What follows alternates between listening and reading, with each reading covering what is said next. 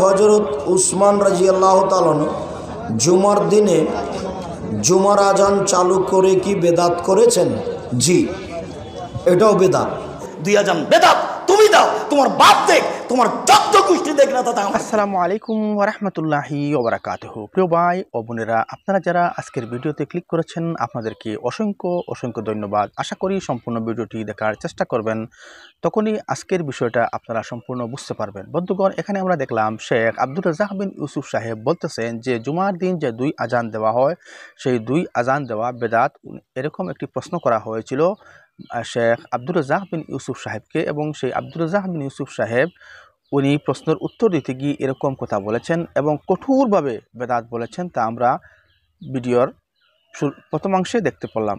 বন্ধুগণ, আসুন শেখ আব্দুর রাজ্জাক বিন ইউসুফ সাহেব কেন এই কথাগুলো বলেছেন এবং ইহা সত্যিই বেদাত কিনা এ বিষয়ের উপর আমরা আরও কয়েকজন উল্লেখযোগ্য বাংলাদেশে খুব প্রসিদ্ধ উলামায়ে কেরামের মুখ থেকে আমরা শুনবো। এদের মধ্যে রয়েছেন মতিউর রহমান মাদানী সাহেব, শেখ মতিউর রহমান মাদানী সাহেব, আবু বকর জাকারিয়া সাহেব, আরিফ বিন হাবিব সাহেব এবং শেখ আহমদুল্লাহ সাহেব। এই 4-5 জনের আমরা মুখ থেকে শুনবো যে সত্যি আব্দুর রাজ্জাক বিন ইউসুফ সাহেব যে কথাগুলো বলেছেন জুমার আজান বেদাত কিনা, তা আমরা আজকে জানার চেষ্টা করব।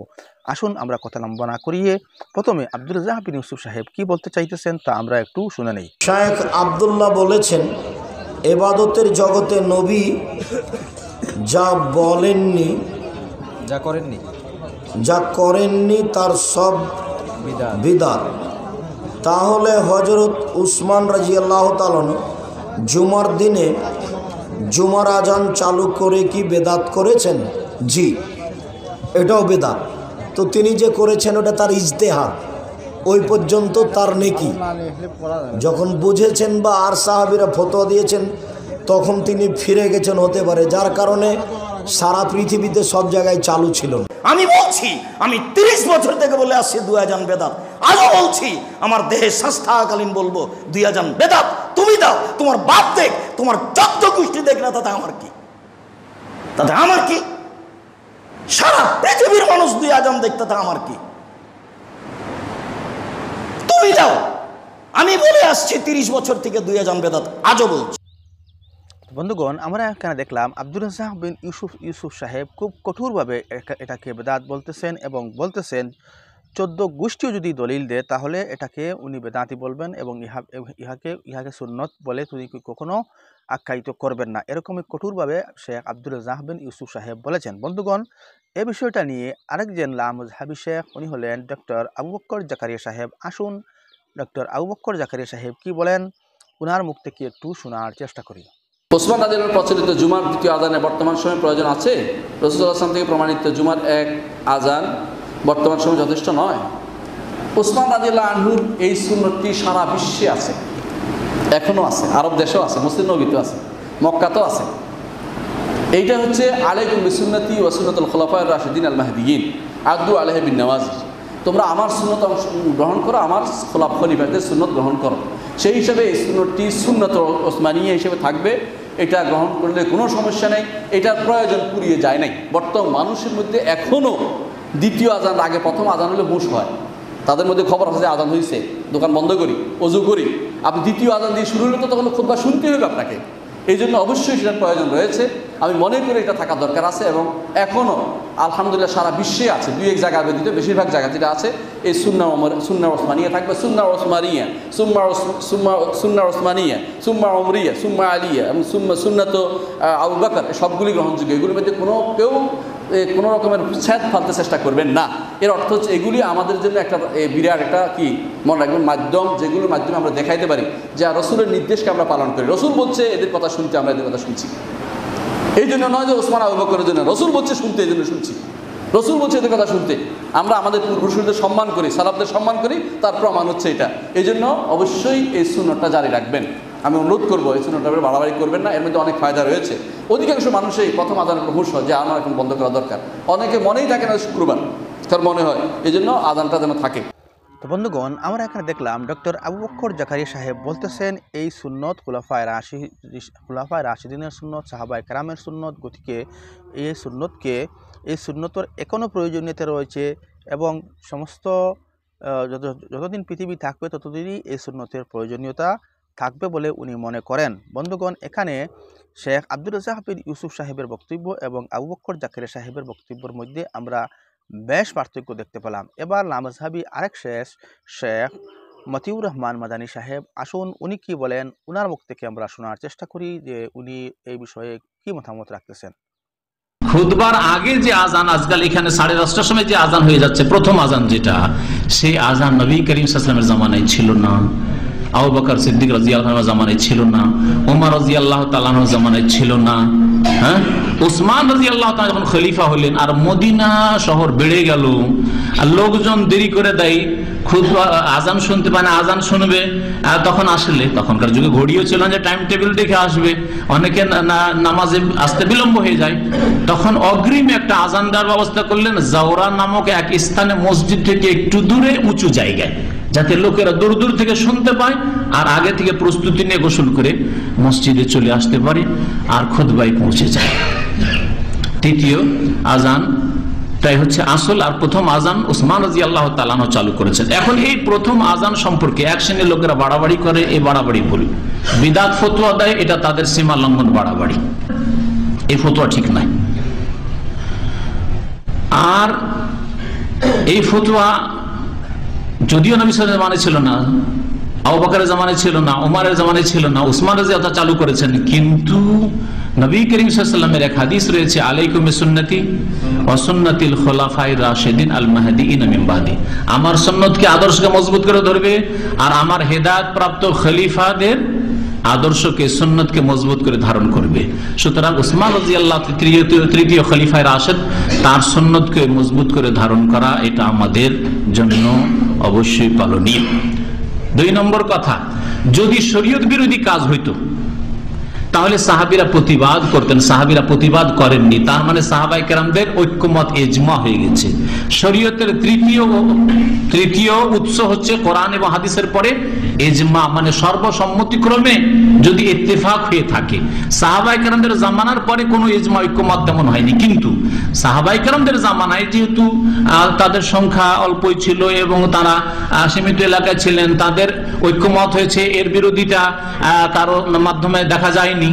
সুতরাং এই বিষয়টি যেন ইজমা রয়েছে, যদিও এই প্রথম আজানের দলিল কোরআনের নেই, হাদিসে নেই, কিন্তু ইজমাতে আছে আর খলিফায়ে রাশেদের সুন্নতে আছে। কি বুঝলেন না? সুতরাং এই আজান দেওয়াই হচ্ছে সুন্নাত, খলিফার সুন্নত। আর খলিফার সুন্নতকে কেউ যদি বিদআত বলে, এটা সীমা লঙ্ঘন হবে, একটু ভয় করা উচিত। যদি কেউ না দেয়, মাসলা থাকে যে আমরা দিই না, নবীর জামানার সুন্নতের আমল করেছি, করুক, কিন্তু কথা হচ্ছে যে আবার ফতোয়া দেবে যে এটা বিদআত, এই ফতোয়া তাদের বাড়াবাড়ি। আল্লাহ পাক যেন বোঝার তৌফিক দান করেন।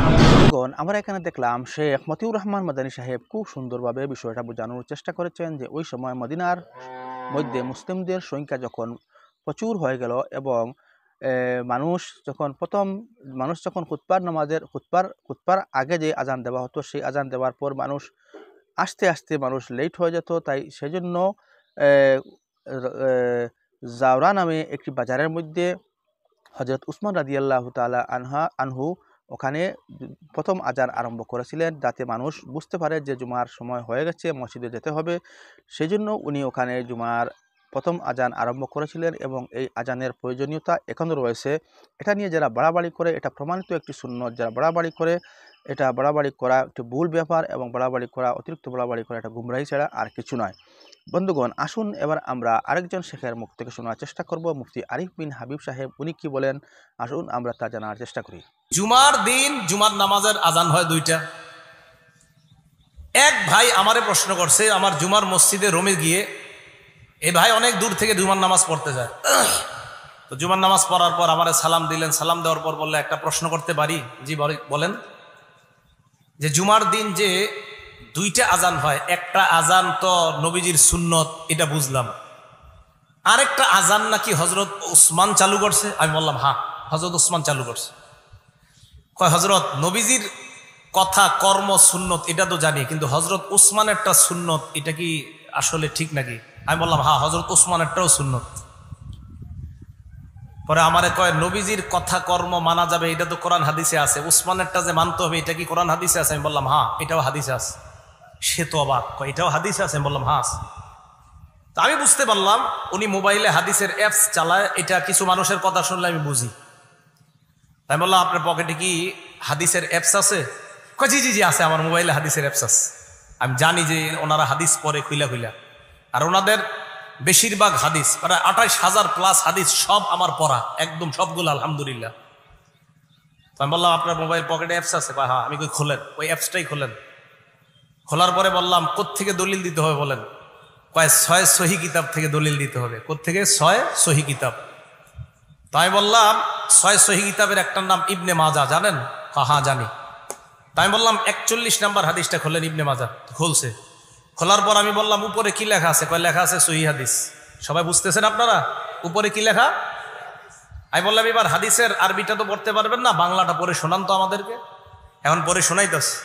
নবীজি সাল্লাল্লাহু আলাইহি সাল্লাম বলেন, উনি বাংলা শোনাইতেছে, আমি আপনাদেরকে বাংলাটাই শোনাই, আরবিটা পরে বলি।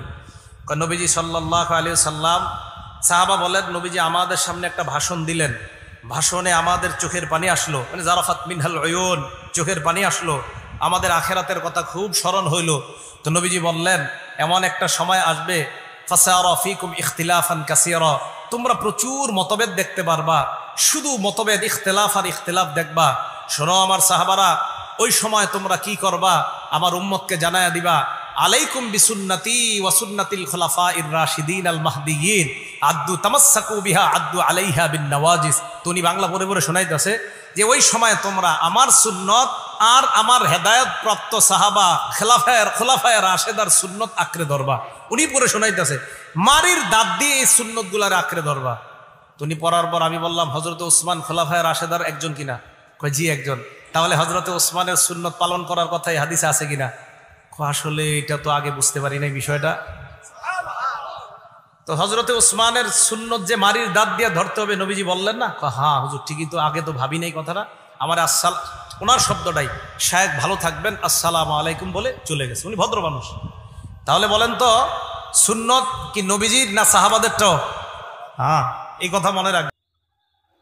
তো বন্ধুগণ, আমরা এখানে দেখলাম মুফতি আরিফ বিন হাবিব সাহেব কীরকম বিষয়টা সুন্দর করে বোঝানোর চেষ্টা করেছেন, এবং ওনাকে কেউ প্রশ্ন করেছিল যে জুমার 2 আজান নিয়ে, তখন উনি হাদিসের রেফারেন্স দিয়ে জিনিসটা বোঝানোর চেষ্টা করেছেন, এবং ইহা আজই সুন্নত রয়েছে এবং ইহা সুন্নত থাকবে, যেহেতু ইহা সাহাবায়ে কেরাম দ্বারা প্রমাণিত এবং সাহাবায়ে কেরাম দ্বারা ইহাকে আরম্ভ করা হয়েছিল। বন্ধুগণ, আসুন আমরা এবার শেষবারের মতো শেখ আহমদুল্লাহ সাহেব কি বলেন, আসুন আমরা শেখ আহমদুল্লাহ সাহেবের বক্তব্যটা একটু ধৈর্য সহকারে শোনার চেষ্টা করি। শুক্রবার জুমার নামাজের আজান একবার নাকি 2 বার হবে জানতে চাই। জুমার নামাজের আজান নিয়েও আমাদের দেশে আজকাল বিতর্ক হয়। আল্লাহ তাআলা মাফ করুক, আমরা বিষয় খুঁজে পাই না। কত মীমাংসিত চূড়ান্তভাবে প্রমাণিত বিষয় নিয়েও আমরা অযথা বাড়াবাড়ি, গন্ডগোল, ফাসাদ এবং টানাটানি এবং মতপার্থক্য করি। জুমার আজান নবী করিম সাল্লাল্লাহু আলাইহি সাল্লামের সময় একটা ছিল, সে আজানটা ছিল খুতবার আগের যে আজানটা, এটা। যেহেতু পরবর্তীতে মুসলমানদের সংখ্যা অনেক বেড়ে গেছে মদিনাতে এবং প্রচুর পরিমাণ মুসলমান হওয়ার কারণে ওই আজান শুনে মানুষ জুমাতে আসতে পারতো না, সেজন্য খলিফাতুল মুসলিমিন, ইসলামের 3য় খলিফা উসমান ইবনে আফফান রাদিয়াল্লাহু তাআলা আনহু, তার শাসন আমলে তিনি যখন খলিফা হয়েছেন, তিনি জুমার প্রথম আজান চালু করেছেন, এবং তিনি যেটা চালু করেছেন সমস্ত খলিফা এবং অন্যান্য খোলাফায়ে রাশেদা যারা ছিলেন তারা সবাই এটাতে সম্মতি দিয়েছেন। সে আজানটা হলো খুতবার আর অনেক আগে, যেটা আমাদের দেশে প্রথম আজান যেটা আমরা দেই জুমার দিন। তো এই আজানটা একটু দূরে উঁচু জায়গা দেওয়ার নির্দেশ করেছেন তিনি, যাতে করে সবাই জানতে পারে আজকে জুমার দিন, এই জন্য অনেক আগে থেকে এখানে আজান দেওয়া হচ্ছে, মানুষ যাতে দূর দূরান্ত থেকে আসতে পারে। তখন তো মাইক ছিল না। এই আমলটা যেহেতু সাহাবীরা সবাই মেনে নিয়েছেন এবং অন্যান্য খলিফা, পরবর্তী খলিফা আলী রাদিয়াল্লাহু আনহু মেনে নিয়েছেন, সমস্ত সাহাবায়ে কেরাম কেউ কোনো প্রশ্ন তোলেন নাই। অতএব আজকের যুগে যদি কেউ প্রশ্ন তোলে তাহলে বুঝতে হবে সে সাহাবীদের চাইতে দিন 1 ইঞ্চি বেশি বুঝছে। সাহাবীদের চাইতে দিন বেশি বোঝা, এটা লক্ষণ ভালো হতে পারে না। ভাইরা আমার, নবী করিম সাল্লাল্লাহু আলাইহি সাল্লাম বলেছেন, আমার পরে তোমরা আবু বকর, ওমরকে, খোলাফায়ে রাশেদাকে অনুসরণ করবে। ফাআলাইকুম বিসুন্নতি ওয়া সুন্নাতিল খুলাফায়ের রাশিদিন আল মাহদিয়িন, তোমরা আমার সুন্নাহকে অনুসরণ করবে, খোলাফা রাশেদার সুন্নাহ অনুসরণ করবে। অতএব খোলাফা রাশেদার সুন্নাহকে অনুসরণ করার নির্দেশ নবী সাল্লাল্লাহু আলাইহি ওয়াসাল্লাম করে গেছেন। সে আলোকে জুমার প্রথম আজান এটাও সুন্নাহ সম্মত, এটা সুন্নতে খলিফা, আর জুমার দ্বিতীয় আজান এটা সুন্নতে রাসূল সাল্লাল্লাহু আলাইহি ওয়াসাল্লাম।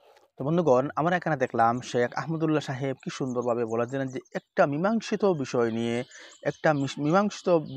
নিয়ে কেন এর মানুষের মধ্যে বিভ্রান্তি সৃষ্টি করা হয় এবং ফিতনা সৃষ্টি করার চেষ্টা করা হয়।